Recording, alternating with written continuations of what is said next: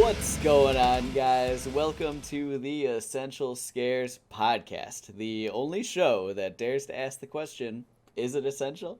I am your host, Corbin, and with me today, as always, is Bobby. Alan's on a phone. His computer sucks. His computer sucks. He's on a phone.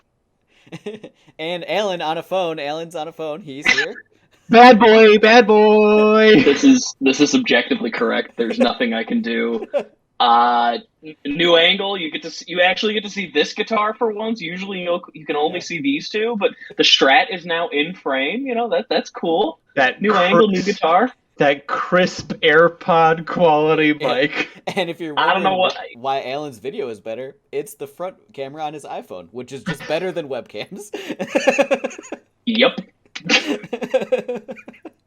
Oh, man. We have got an interesting show for you today, I think. We are going to be continuing our theme of fan suggestions and discussing the movie that inspired us to do this theme, the 1976 classic, Carrie.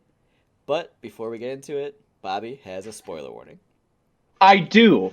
This will serve as your first one and only spoiler warning for the, I would say, classic film, Carrie. If you don't want that movie spoiled for you, please skip to the time code ahead for our essential spoiler-free discussion. Ahem. First off, shout out to Nicole. Happy early birthday, and thank you for bringing this idea to our attention. It really has been a really fun month, and it's going to continue to be. And it's all, honestly, because of your suggestion on Instagram. Thanks so much for that. Carrie is a movie about femininity written by a dude who is now going to be reviewed by three dudes. Alan. That's a great start, Bobby. Especially considering the beginning of this movie is a girl gets her period for the first time and is brutally made fun of for it in like the worst way possible. Like it is obnoxiously vicious, this scene, but we'll get to that more in detail. As things go on, Carrie, the character of the name of the movie, the book, finds out she has telekinetic powers and starts to express those and rebel against her mother and does all these things, which results in some attention by the popular girls that don't particularly like her, leading them to cause a revenge prank on her at the senior prom, which results in one of the most classic scenes in a horror movie. We'll get to that later. And revenge is taken swiftly. All right. Yeah. Everything's objectively correct. Yeah, that's right. That's all accurate to the movie. That is what happens. So I've seen this one before, but I think I'm the only one that's seen this before. So I've seen it before. You have to. So Bobby, I know it was your first time. Yeah. Why don't you talk a little bit about being, I think, maybe the only one that read the book, and this being your first time seeing it. Yeah, sure. So I think this will come as no surprise to anyone, but I'm a big Stephen King guy. I really like, and after I read The Dark Tower, I went through Stephen King's early, what is the discography for writers? What would that be called? Bibliography. That's the one. I found it. I got there. And Carrie is his first full novel, right? It's his full fiction book. It's not like a novella, but anything like that. And I will say that this movie captures the essence of Carrie while missing some pretty important character developments, as most Stephen King adaptations do. They typically get the ending kind of right in the way that Stephen King books don't always do, right? He's notorious for shitting the bed in the ending, although I don't think so, because I'm a huge simp for Stephen King, so I just let it go. But I liked this movie a lot. I thought it was really well done. It's weird because, like, in the books, Tommy and Sue are always trying to do the right thing. like they're made to be these like all American, like after the gym teacher whose name escapes me. It's because it's a weird like Polish name. Yeah. Yeah. But I want to say like Fran, but I don't know if yeah, that's right. Like that just sounds. after she yells at Sue the first time, she really feels bad, and because a lot of this is like through Sue's eyes. A lot of this book is through Sue. The book version through Sue's eyes. So you feel like, or not a lot, but a decent amount, right? You can really get her like being like, yeah, I fucked up. I was really shitty to this girl who really didn't deserve it, and I want to make it up to her. Someone like my boyfriend, who is like the star quarterback, and this guy who's like this all American boy gets like, I want her to feel special. So that's what they do. And like really Chris feel like that in the movie, that exact thing. It's left so ambiguous. I was asking myself that question at the end. I'm like, does he know what's actually happening here? Because the movie kind of doesn't really give a definitive answer to that. It's just kind of like he's just there. It's weird because like it definitely did feel like they didn't know quite how far like the final prank was gonna go, but it also feels like her having him ask her was like kind of like that was a prank of itself. Like in the movie, it doesn't feel like that's like a good. I think they try to do it. I really do, because like this idea of like we're not trying to hurt Carrie. We're trying to help Carrie. We're trying to like, and like in all honesty, right? If any like you almost feel like Sue might be in on it, but like even in the movie, I don't feel like Tommy was ever in on it, because like Tommy gets pissed off once like he's just like I think Sue is like, go to prom with her, but I think Tommy really did feel appreciative that like he has this artsy side, and like that somebody actually did like his poem. I think that was like a legitimate thing. This is just like character stuff. Yeah. Sidebar, really just to continue on Alan's spiel, right? Like this whole thing is about a telekinetic girl who has this Christian fundamentalist mom, but she really wants to explore herself and be a whole woman and not be necessarily. This movie's super like feminist and talking about like women's sexuality, and really being about like, how women feel very confined to certain gender roles, but like you can really explore yourself and be free, etc., blah blah blah. And Tommy is, I think, another expression of that, of being like, I have to be this all-American boy, but I'm really this like soft soul of like I like poetry and things like that. The fact that he gets killed by the bucket is also really sad, actually. It's a pretty rough way to go, all things considered. Like I would say the least rough death of the entire movie, but still, like really sad. It's so it's just like, and he died. Yeah. Like there's no pop to it at all. Like he just like, you almost, if you only have watched the movie, and if you've only watched this version of the movie, there's almost like you don't even know for sure if he's dead until everybody dies, and then you're like, okay, well, clearly he burned up with everyone else. But the fact that like, Carrie didn't kill him, right? He was killed by the bucket, and like I actually think that that's not obvious enough in the movie. I think that moment could have been a little sadder, that maybe. I don't know. Accentuated or something, like just a little, just bit, something, not a lot. Like a gash in the back of his head. Well, right. Like he could have just been knocked unconscious. Like I even forgot that he died at that moment, and when I was rewatching it, I was like, is he dead now, or is he just? I don't remember.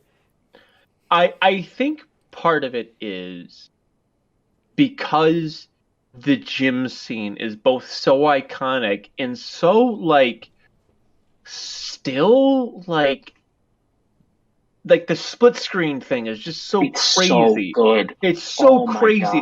Like there was no way to make his death work in a way that was not going like it was always going to be undercut by Carrie, like with the split screen, right? So the big thing that happens, right? I think anybody who has ever watched this movie or is ever known anything about this is like Carrie gets pig blood doused on her by the bully Chris and her boyfriend, her abusive boyfriend Billy, played by John Travolta.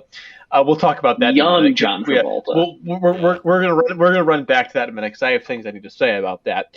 But we'll start with the big stuff and we'll kind of move out to that. I think is probably the best way to do it. Periphery, Yeah, but like she gets doused with pig blood, and then what is less likely known is her date, Tommy, who is this guy that we were talking about, gets smacked in the head with a bucket and gets killed by a bucket dropping on his head. She freaks out and kills everybody with her telekinesis. She uses a hose to kill people. She electrocutes the principal and another teacher with the poetry microphone. Teacher or English. Yeah, the English teacher with the microphone. The principal and the English teacher, that's what it is. And then like basically sets the entire place on fire, killing everybody.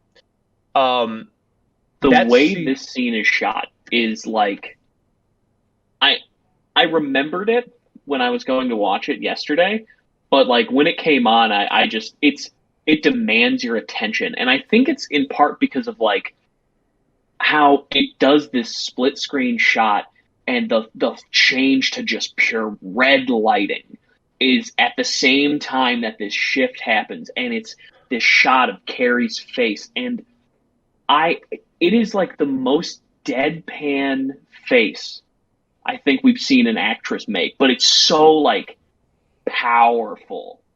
Like when she's making that face, you immediately, it's just truly terrifying. Like it stands up so well today still. Like it's a perfect scene. Like I don't need anything more out of that scene than what they gave me, and the way it's shot is just so perfect. I love it. I think my favorite little part about that scene is that after Tommy gets hit with the bucket and everything is going wrong, a bunch of people run up to the stage to check up on Tommy, and she's just standing right there covered in blood, like totally having issues, and nobody goes to her, not one person. Again, it's that idea, right? Like of just like, like everybody is just so shocked by what had happened to her. I also like the idea, like, so the question becomes, right? I think another thing that happens, because they do that kaleidoscope scene where like everybody's laughing at her. Yeah. What is your thoughts? Is anybody actually laughing? Because even in the book, it's kind of left up to, from my remembrance of it, I could be wrong, but I feel like it's kind of left up to interpretation. I don't think anybody's really laughing at her. I think there's the friends who are laughing. I think that those first like couple people right there that were Chris's friends, I think that they were laughing. Yep. But I don't think it was everybody else. I think they laughed, and she just tunnel visioned in on that and saw it everywhere. Like that's kind of how I feel about it. Which is like the reality of a lot of, like, I don't know. I was a public school kid, right? Like, and that shit happens, right? Where like you feel like people are hurting you, and it's really just like two people who you've wronged, who you've given this elevated place in life, or like who have wronged you, and you're just like mad at them, and then like you can never do right by them, and like it's a real thing. Like this movie does a really good job of explaining the real horrors of high school. Mm-hmm. Like of being an outcast in high school. I think, which is probably why it is so like widely revered. It's like, because there is like this universality to it of just being like, I don't get what other people are getting. I feel like I'm outside of things. Like, and I think part of the reason it does that so well is the sound and music design in this film is so well put together with what we see. Like within those sequences, when the laughter first starts, you don't hear any sound. It's completely silent. And the same thing happens in the very beginning of the movie, which kind of starts everything with Carrie getting her period for the first time and Jim taking a shower. Like this pure silence of what's happening. Just, it accents the actions more by having no sound, which is a really weird thing when you think about it. The idea of the absence of sound then inherently making everything you see on screen even more impactful. Like it's often the exact opposite. But this, I think it's because you in your head as the viewer of this can fill in the gaps perfectly, because you know what that situation feels like from any time you've ever felt like you're the one being laughed at in the room. You know what the sounds of that situation are like. So it's like a really ethereal kind of thing that the movie puts you through by taking away sound in those like crucial moments. It's so well done. I actually on that topic, when they do that at the very end, I kind of wish that they had kept it for a little bit longer. I kind of feel like when they brought the sound back in, and then there was like, I don't know, it felt like 30 seconds or whatever of her hearing people laughing and a lot of like sound bites from earlier in the movie and stuff like overlapping, and then her kind of finally snapping. I think that for me, I think that would have been more effective if it was still silent, and then the next sounds you heard were like the sounds of her like tearing everything up. I think that going from everything being so loud like you can't even hear it, and then going straight to just like chaos. I didn't really get anything out of like the sound at that point. I don't know. That transitionary period of sound. I think this movie is almost wanting you to understand Carrie, like not feel like her. She's like and just be like, damn it, you didn't need to do this. Like, you know what I mean? There's almost like this weird, and I think the laughing and like they like, why would she kill the gym teacher? The gym teacher's been in her corner the whole time. Why would she kill some of these people? They're not necessarily bad people, but it's like, it's almost as if like this one bad act was like in comparison to like somebody's entire life of just being completely oppressed. You're just gonna lash out, and if you have those power, like, and I think that there is something to that of like just feeling betrayed by everybody, like, and there's a real fear there of like you could do everything right and it could still be perceived the wrong way. That's a scary thought. Like, the gym teacher dying is absolutely terrifying because like she really had Carrie's back, and like just because somebody else didn't, it led to her like really fucking awful demise. You know what I mean? Like there is like I and just the idea of like you can trust me, and like that. I think that worked for me. I don't know. It really got you in the headspace of why Carrie decided like, nah, fuck all these people. They all need to die. Like, I don't agree with her decision making, but I think that like, it's too late. Everybody thinks Bobby's a mass murderer. Yeah. But I do think it gets you into the headspace correctly. I think you can kind of follow it a little bit. Yeah. It's very Vince Gilligan-esque, like, you know what I mean, of just being like Vince Gilligan's the guy who did Breaking Bad. So like you agree with Walter White before you recognize, spoiler alert, I guess, for Breaking Bad, that he's the bad guy the whole time. Like, is that a spoiler? Yeah. We don't need to go.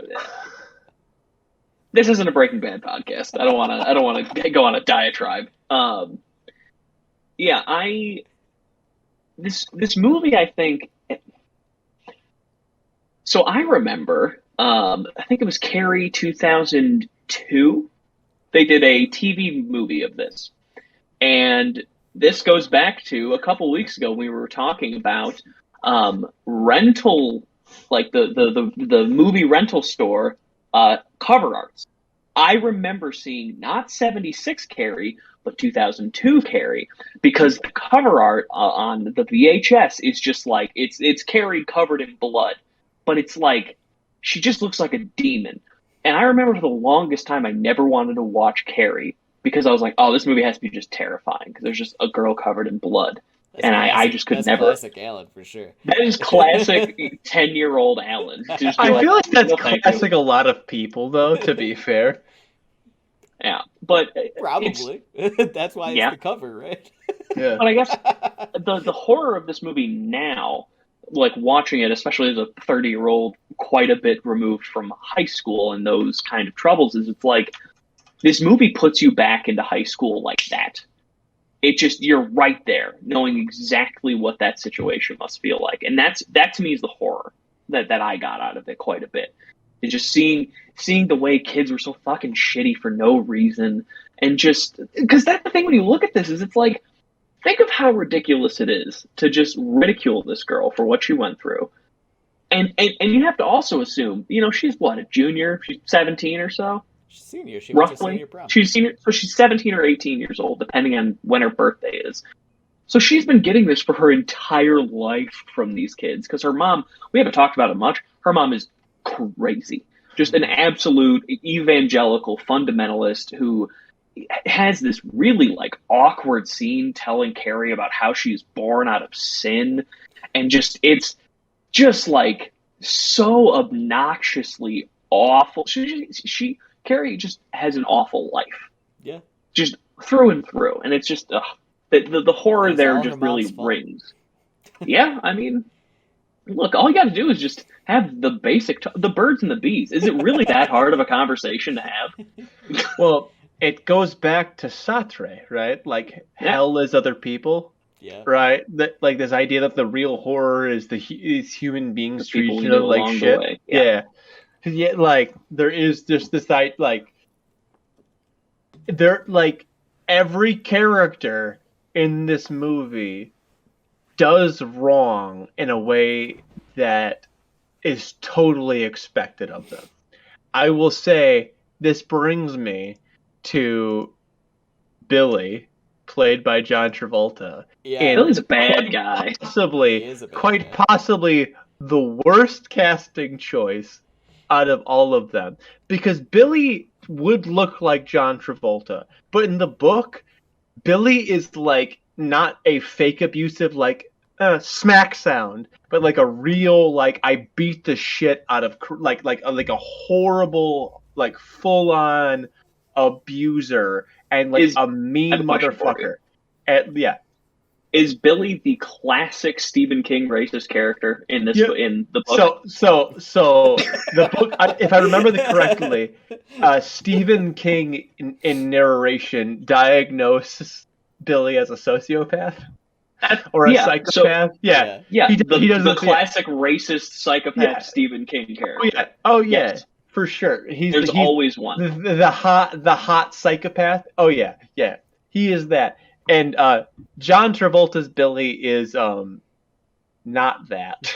Just hot. The closest he gets is like the pig scene to like actually being like a psychopath. Even then it's still he didn't even want to do it at first. He wanted the other guy to do it first.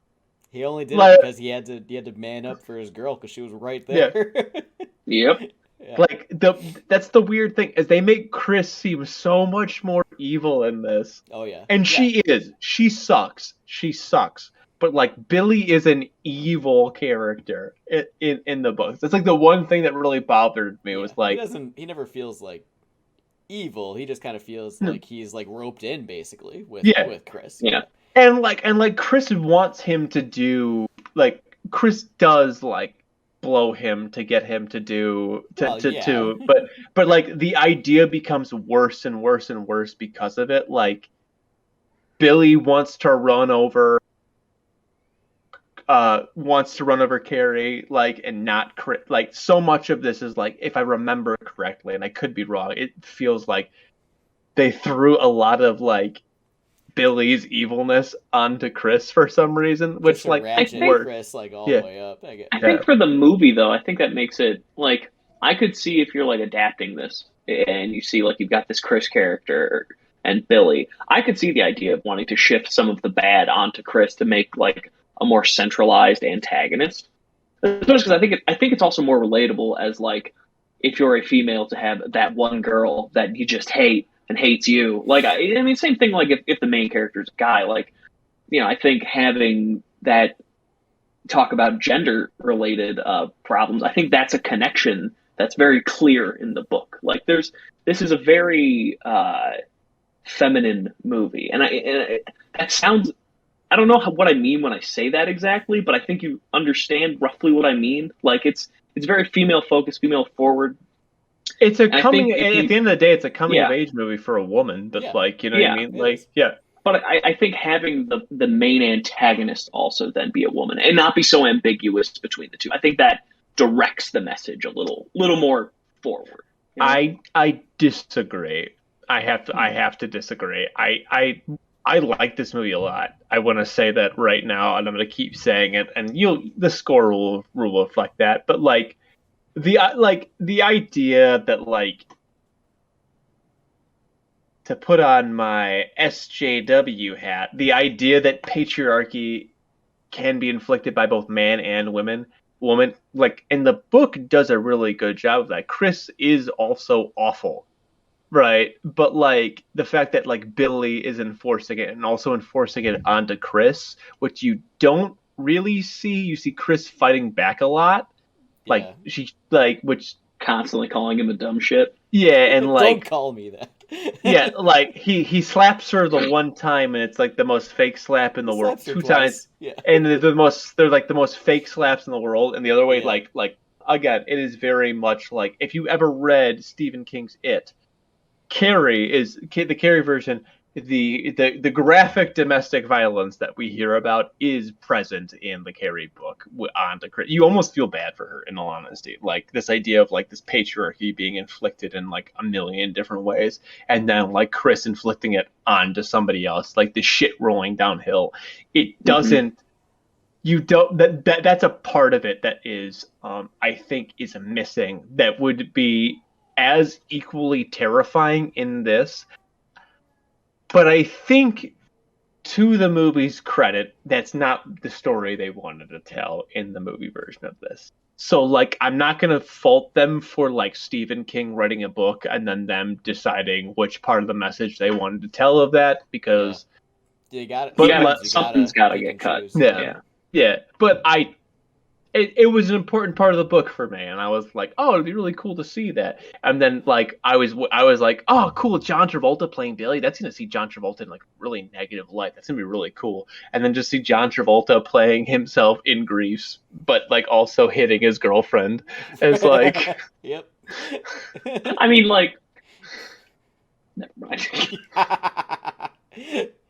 Oh, man. So one of the changes that I know from the book, and kind of wrapping it back to the mom, is the way that the mom is killed in the book is tamer than what happens in the movie. And in the movie, they kind of go for this one-to-one crucifixion scene, right? There is this crucified Jesus on the cross that they show a couple of times is in Carrie's prayer room closet, and... they child abuse room. Absolutely. At the end of the movie, when she kills her mom, she is crucified between like two posts of the wall, in the exact same pose and in all the exact same spots as this Jesus, and it's kind of this additional level of religious iconography, right? That apparently the book is missing, from what I've read. And so, Bobby, I have to ask you, like, do you think is that angle like pushed harder in other ways, or do you think that was just an additional thing that was added for the movie because the director wanted to kind of like push that angle a little bit more? I don't. It's been about a year since I've read the book. Let me be clear on that. So, like, some of this, a lot of put you on the spot like this. But... No. I don't. I remember the religious thing being like in the same way where it's kind of on the backhand, where like it's more so. Carrie's mom's MO kind of thing. And I think the reason they do that is it is not even meant to be religious iconography as much as it is meant to be a visual metaphor for Carrie feeling oppressed and oppressing her mother in the same way that she felt oppressed. Like she's almost like subconsciously doing it. She's just defending herself. Like for this, like this movie obviously has like some anti religious authoritarianism. I would say, right, this idea of like, right, it's not necessarily anti-religious as it is like anti women. With with a religious bend, right? Like I being like, hey, don't throw your, which, you know, considering everything that's going on in the world today, right? Very, very apt, a very apt movie. But and that's the only time I'll ever talk about that. But there is this, and I would say that it is more present in the movie. Mm-hmm. And that this idea of like fucking leave women alone, essentially, right? Leave anybody who let people live the way they want to live, I would say, is very present in that regard. Mm-hmm. I would say that, like, with the religious bent, I would say that both of them are kind of talking about like this coming of age of like discovering you don't have to live according to the values of your society. But right, yeah, I don't know, that makes man. sense. I mean, that's kind of what I figured. I mean, like, I know that the movie is only an hour and a half long, right? Yeah. And this is a full length book, but they go back to the mom and like the religious aspects, like kind of a lot in the movie. Yeah. And so it felt to me like it was one of the things that was chosen to like zero in on a little bit more, maybe. Oh, one thing I kind of wish they would have done is, I know the book is told more in like with different narrators and flashbacks and like newspaper articles about like this weird event that happened. To me, I mean, obviously this movie is what it is. It was, it was made pretty quick, all things considered, compared to when the book actually released. Like, this was a ridiculous. I mean, this is basically how Stephen King was able to like jumpstart his writing career. I was looking into this when he got an initial royalty check of like $2,500 for Carrie, and then his book like 2 weeks later was bought, and he got 200 grand. Now, you may be saying to yourself, well, how much money is that in today's money? It's $1.2 million, roughly, in 1973, that the man was just given for basically his fourth, like, written work. I mean, he had other ones before. This is the first major release, but... This was his first full novel. That's a weird way of putting it, yeah. Imagine if your first book, you're like, here's 1.2 million. Like, just wild. I forgot where I was going with this. That's Stephen King for you, I had a point, and I totally lost it midway through. It's over. Son of a bitch. Yeah. Oh, now I remember. I was saying the flashbacks and whatnot. I think so. There've been multiple. Like, there was a I assume not too great sequel that was made that came out in like '99. There was a TV movie in 2002 that's bad. There's then the remake in 2013, which is fine, I guess. I think the better way to do the remake of Carrie is to follow more the structure of the book as opposed to the structure of the '76 movie. I would want to see that like almost documentary, like I could imagine like a mockumentary, but Carrie. Alan wants found footage Carrie. He wants found footage Carrie. But seriously, think about that though. No, cell phone footage of like the fucking gym event. That'd be awesome. It would be awesome. I want it to. Now that I said it. Exactly. You're in the middle of saying it. You're like, oh shit, this is also what I would want too. Yeah. Alan wants a behind the mask, the rise of Lucifer version of Carrie. Yeah. Just people talking like a mockumentary. Honestly, I don't hate that idea. See, yeah. It's cool. Like when he first started saying it, I was like, I don't think so. And then we all talked ourselves into like just a young actress playing Sue in old makeup talking about it, and making it from the '70s too. Yeah. Oh, absolutely. It's got to be '70s. He's so good. Oh, wow. Should we rate this bad boy? You know what? I think we should. Okay. Yeah. So we rate movies on a scale of 0 to 5 with half points allowed. This is kind of an interesting one to score here. We're going to go, if you're watching, clockwise, starting with Alan. Okay, great. I hadn't even thought about the score until this moment, because I know that I like this movie. I know that I like this movie a whole lot. Uh-huh. I think the movie starts off with like pretty big peak to get you interested, is like, what the fuck is going on here? And then this movie is we didn't really talk about the structure so much. This movie is a slow burn. Like, you're going to watch 60 minutes of development before you get to like one hell of a climax, which is, I'm fine with something like that when I know that the payoff is going to be as good as it is. And it really is. We can talk about it much, but the absolute over-the-top death that Chris and Billy get is also wonderful, and I love it. She just blows the car up. She explodes the car so that they miss her. Yeah. Then they tumble and then blows it up. Yeah. It's so obscene and ridiculous, but like... It's exactly how it happened in the book. Is that really how it is in the book? Oh, yeah. Okay, that's awesome. That's really cool. For that, 5 out... No, I'm just joking. I do really enjoy this movie, though. But it is a bit slow for the good chunk of it. And that's not bad, but it is like a pretty noticeable thing throughout. So I'm going to land at a 4.5 out of 5. I'm rating pretty high.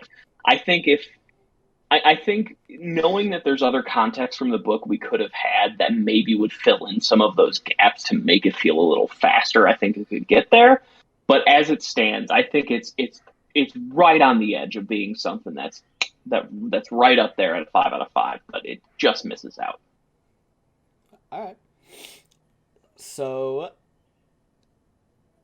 yeah, it is a slow movie, but at the same time, a lot of things happen like a lot sooner than I remembered it happening. Like, it's not even halfway through the movie and they're already setting up the pig's blood in the rafters. That's happening at like the 40-minute mark. It's like, wow, like they really, the climax of the movie happens and there's still actually quite a lot of movie left. Like that final scene goes for a while. And I really like this movie. I've seen it before. It's been a while since I've seen it. I know the last time I watched it was before the remake came out, which at this point is almost 10 years ago. If I had any issues with the movie, actually it was not the pacing, but there's a few shots, like the cinematography-wise, I really did not enjoy. We talked about the split screen, which is super dope, but there are other points, like when they're outside with the gym teacher and there's this really strange like off focus perspective shot and a couple of really weird Dutch angles, and there was a scene when she's dancing with Tommy that I just really did not enjoy watching. Overall, I like the movie a lot. I think there some things are a little stilted and some of the shots I really did not enjoy. In the end, I would also give this a 4.5 slaps to the face out of 5. Gym teacher slaps or Billy slaps? That's just as many slaps as it takes to get there. All right. Unfortunately, mom too. So. Unfortunately, my castmates are cowards, and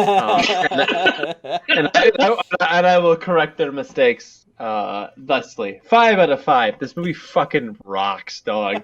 Like I think I might have been the most vocal on the downsides. None of these downsides are worth a subtraction of even half a point. This movie owns bones. It's an absolute classic. Spoiler alert, I guess. You knew where I was going when I gave this a 5. And it's very good. It's very faithful, minus some minor stuff. It's very faithful to the book. And it's very, very just... It's horrific in a very human way.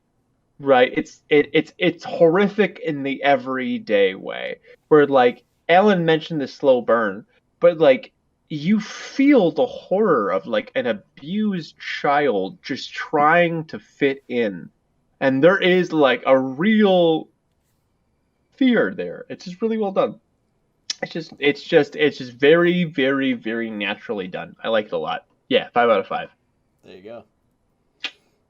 Yeah, before we get into non-spoiler territory, I gotta ask: really? So I guess a question for both of you. Did you thoroughly enjoy when this little shithead kid is riding his bike next to Carrie, and she just makes him fucking creepy Carrie, creepy Carrie? Pushes the bike over. It's so good because like he looks at her like, "Did you just do?" Like he like knows like you did that, and she's like, "Yeah, bitch." Yeah, Fuck off. I And love that. Yeah, it was it's great. so good. Oh man. All right. Well, hey, the other thing we do on this show is discuss whether or not a movie is essential for horror as a whole. This section is spoiler free, so if you've jumped to this point, we gave this movie a 4.5 out of 5 from Alan, a 4.5 from me, and a 5 from Bobby. Now, spoiler free, is this movie essential? Alan, kick us off.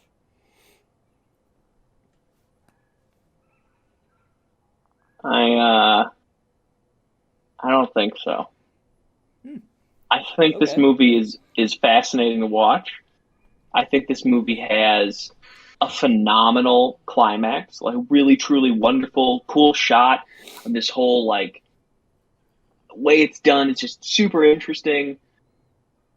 But I don't know that it does. I'm struggling not to spoil. I don't know that its central message is done so well that it's something that demands attention to horror as an entire genre. I don't know. This is definitely the thing I put the most thought into afterwards is, did I think it's essential? And I just kept going back to, well, I don't think so. I don't know. Well, that's exactly. I don't know that. I just don't think that it sticks that like you have to see it kind of thing. I think you have to see the climax, but just getting one part essential, I think, isn't good enough in the grand scheme of things. I think there's plenty of movies that have essential bits to them. But if you don't have more than that bit of meat on the bone, you know, it's not going to demand the attention that I think other movies might within the horror genre. Bobby hates me right now so much. Trust me. Do you think I'm happy trying to say this? I'm not. Because I came into this movie.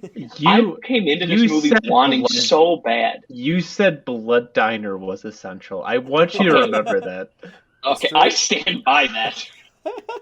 All right, so Alan, you're a no.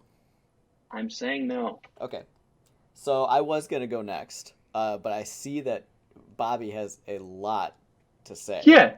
Bobby, of course it's goddamn essential. Of course it's goddamn essential. Carrie covered in blood. Not a spoiler by any stretch of the imagination. It's on the poster. One of the most iconic images in horror. Stephen King started his career. The father of modern horror? Yeah, I think so. Started his career off both the book and the movie of Carrie. Saying that this movie is non-essential it's insane. It's an insane thing to say. You're an insane person, Alan. And of course, if you say it, guess what? You're a crazy person and incorrect. The thing is this movie is an incredible, sincerely incredible coming of age movie that is steeped in horror, and the horror is absolutely human in nature. It's just good. It's just a really good movie that absolutely jump-started the career of people who absolutely deserved it. Sissy Spacek should be a household name, and the fact that she isn't from this movie alone is crazy to me. Absolutely essential. See, this is why I wanted Bobby to go next. And I knew that not because of what I think Alan is gearing up for me to say, but because I was going to say a lot of the same things, but I knew that Bobby would say them loudly and passionately. And I didn't want to take any of the wind out of his sails by saying them all first. Everything that you said about kickstarting Stephen King's career, I think that this is part of the foundation of what I would say is like the modern horror era, probably those like 20 or 30 years from the mid 70s through until like the era that we're in now, postmodern, I guess it would be. Till like the late 2000s. Yeah. It's absolutely part of that. It's one of the most iconic horror movies of all time. I think, even though I didn't give it a 5, and I stand by that, it's one of the ones that everybody kind of knows about, and I think deservedly so. I think it's not essential just for its own sake, but because it deserves to be. Um, yeah, I mean, like, if I was building a list of like essential horror movies from the 70s, like, of course this is on there. And so it has to be a yes. You idiot, Alan. Alan's a dumb idiot. This is why your computer betrayed you, Alan, because you... It might be. Discord just started working about 11 minutes, or about 4 minutes ago. Just so you guys know. We've been some behind the scenes. We've been waiting for Discord to open on Alan's desktop for the last hour. Yep. This is what you get. This is what you deserve. And speaking of Discord, finally, where can we find you? What you guys been up to? You can find me anywhere at Core Bangerang. I've been back on Twitter, tweeting every now and then. You know, follow me there. Follow me on Instagram. I'm trying to kickstart doing a little more social about Warhammer, as all of you know that have been following the podcast since its beginning. We're all really into Warhammer, and I'm trying to do that a little bit more on the side on its own channel under Bolters and Bourbon. So if you like either of those things, follow me. I have moved on out of those first 4. I finished the 4th Horus Heresy book. Alan, for just so you know, it was still good. Good. So I moved on to the series about my very first original army, the Thousand Sons. And I'm currently reading A Thousand Suns. I'm listening to it on Audible. So far, it's awesome, but I do not really like the narrator, so I might just start reading it instead. Did Magnus do anything wrong? What's that? Did Magnus do anything? I don't know. I'm not that far yet. I'll let you know. But yeah, it is that bad. It is that bad, Alan. That's rough. But yeah, that's been me. So yeah, follow me at Core Bangerang. You can find me at a seal punter, just about anywhere. I'm still listening to The Wise Man's Tale. Man's Tale. Yes, you're right. I'm an idiot. Alan's listening to a book for the next 40 hours. Doesn't even know the name. I'm 20-something hours in with another 16 to go. Like, it's just obscene. The bang for your buck with Audible, sponsor us, is obscene. So that's been that. I tried to play Bloodborne and was swiftly killed by the shark beasts in the DLC because I tried to jump. You don't do that in Bloodborne. God damn it, Elden Ring has spoiled me. That's really been it. I haven't been doing much, you know. We finally have a week of no rain. The next 6 days, so I can actually go play disc golf and not have my shoes get wet, which will be very nice. You can find me most likely at twitch.tv/threadweenie. Corbin has recently given me a great idea, but anytime I have any time to actually game, I will probably be streaming that, so you can find me there randomly throughout the week, either playing Destiny or Elden Ring, which I have recently gotten a little bit into. I recently beat Margot, who is like the first boss in Elden Ring in my playthrough.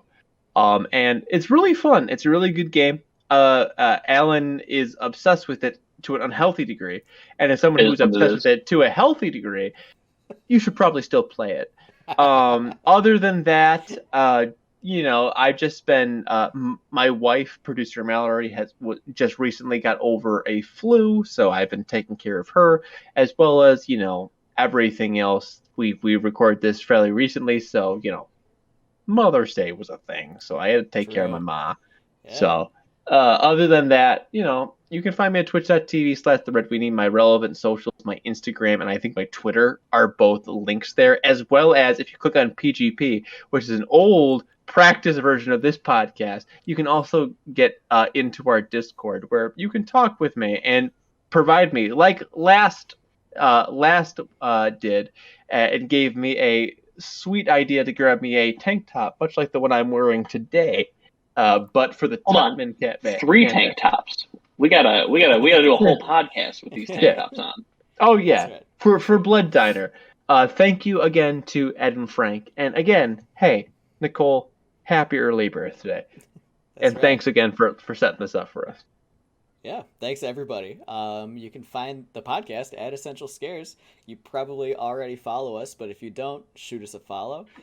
Thank you to everybody for listening and watching and for the suggestions so far. We are open to more suggestions. Next week, we're going to watch a suggested movie. We didn't pick yet. Sorry, guys.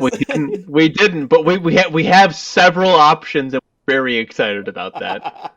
So follow us on Twitter so you can see what the next movie is. By the time you're listening to this, we'll have that announcement up.